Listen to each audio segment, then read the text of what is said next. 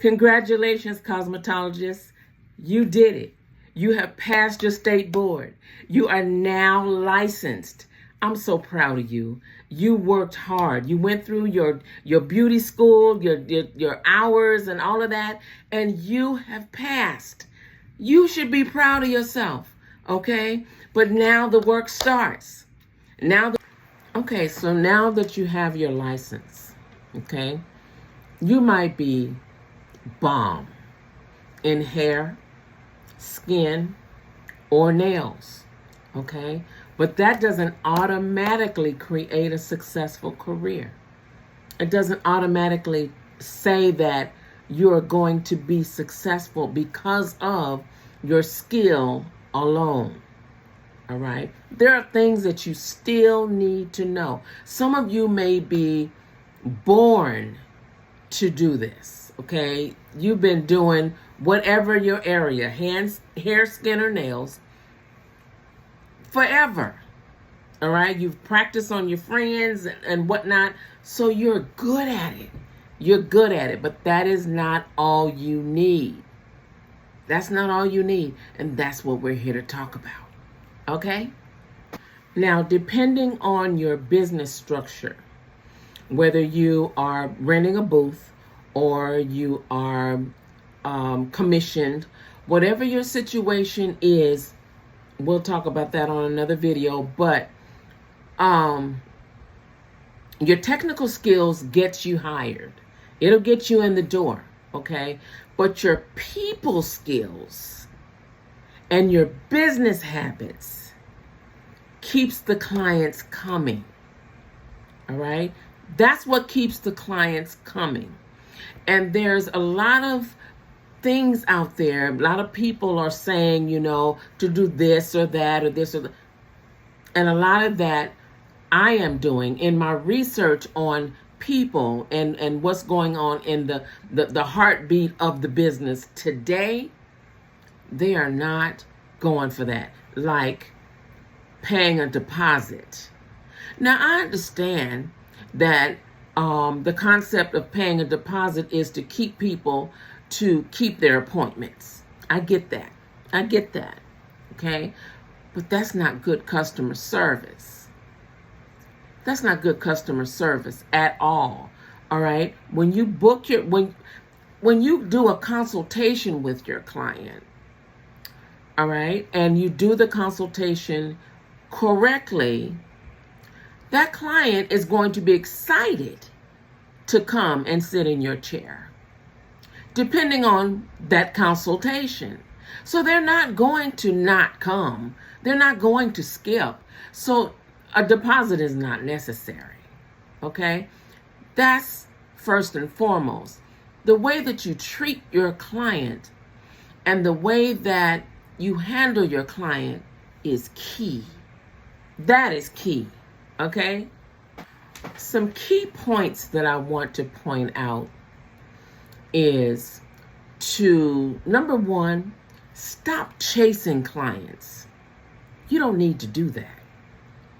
What you need to do, which is most important, is to start building relationships. All right? Every client, each and every one of them, should feel like they're your favorite client. They should feel like you don't have any other clients but them. That's how they should feel. They should feel special at all times, each and every time they come to sit in your chair, no matter what it is you're doing, hair, skin, or nails. If they, hair, skin, if they land on your, whatever. They should feel like they are your favorite client and your only client. All right? That's the attention that you give them, okay? And never let a client leave without booking their next appointment. These are just little tidbits that you might want to run with, all right? Never let them leave without their next appointment.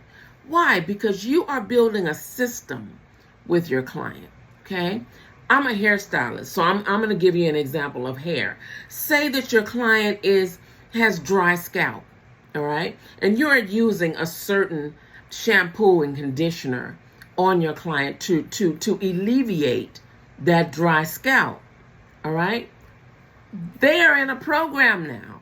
So they need to book their next appointment. It is important to book their next appointment. And also, you want to sell retail of small amounts of whatever it is that you're using on their hair, so that just in case they can't make the next appointment, they can shampoo and condition their hair themselves. Now, keep in mind, you don't have to worry about them staying at home and doing their own hair, because nobody can do their hair like you do. Okay? So don't be worried about that. All right? You are most concerned about your client and what it is that you're doing with them. All right? That's a tidbit for you. Another thing you want to do with your clients is become memorable. Okay? What do you mean by that, Jewel? Learn their names. Okay? Call them by name. Remember details about their particular case: hair, skin, or nails. Learn exactly what's going on with them in their particular case, okay? And then provide exceptional service. Again, you want to treat them like they are your only client, your favorite client, all right? Because they are, all right? Then, one key thing you want to do: follow up with a thank you text. Thank you for coming. Thank you. I enjoyed my time with you. Okay? I enjoyed doing your hair. I enjoyed doing whatever, hair, skin, and nails. I enjoyed the service. And remember, because clients are going to tell you stuff about them. They're going to tell you personal stuff about them. Remember that. If you have to take notes, do that. All right? Do that and study those notes. When that client is coming, study that client's notes. if you have to. That's just something, if you have to, and so that you can keep abreast of what's going on with them. They'll feel very special, number one, and you will be a cut above, because other stylists are not doing that. They're just not. Okay? And another thing you want to remember is, number one, you want to keep a card. You want to keep a client card on each client, okay? And it's pertinent information that needs to go on that card: their name, address, phone number, birth date. You don't have to know the year of their birthday, but the month and the day of their birthday, all right? And when their birthday comes, you want to acknowledge their birthday. You want to send them a card. You want to send them 10% off of their next appointment. Whatever, but make it special. Make it, do thoughtful things for your clients. They will love you for that. They will love you for that, okay? Clients don't come back, just because your haircut was good. They don't come back just for that. Clients come back because of the way you made them feel. You made them feel important. All right? That is so important, y'all. That is so, so, so important. And as a newly licensed cosmetologist, I smile because I'm so proud of y'all. A newly licensed cosmetologist, you want to come out the gate with these practices. All right? You will be a cut above OGs, because they're just not doing this. All right? So, newly licensed cosmetologists, again, congratulations. Okay? I can't stress that too much. All right? All right? If you are wondering how to build a loyal clientele instead of sitting in your chair waiting for people to show up because your chair is empty, all right, I'd love to invite you to my free workshop, I have a free workshop coming up just for you, August 31st. So the time is winding down, so you got to get in there quick, okay?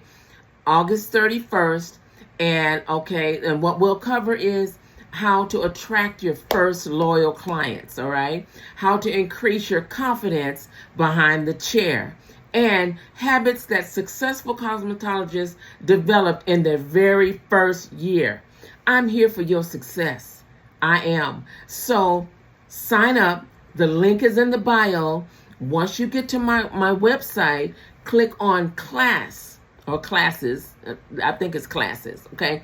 Click on that, and you got to leave your email address, all right, so that I can send you the link to the Zoom class. It's going to be 1 hour. It is via Zoom, and you don't want to miss it, all right? It's 1 hour, and it's free, all right? So head over there, and I will see you in class. It's your beauty mentor signing off, Jill Renee. Talk to you soon. Bye-bye.